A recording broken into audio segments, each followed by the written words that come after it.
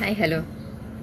నేను డ్రాయింగ్ మొదలుపెట్టిన తర్వాత మొట్టమొదటగా వేసిన డ్రాయింగ్ని మీ అందరి ముందు చూపిస్తున్నాను. అది ఎలా ఉంది మీరు కూడా చూడండి.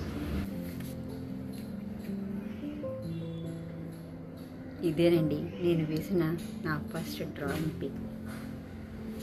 ఒక ట్రైబల్ అమ్మాయి అన్నమాట ఇది పిక్. ఇది చూస్తే మీరేమనుకుంటున్నారు? ఈ పిక్ని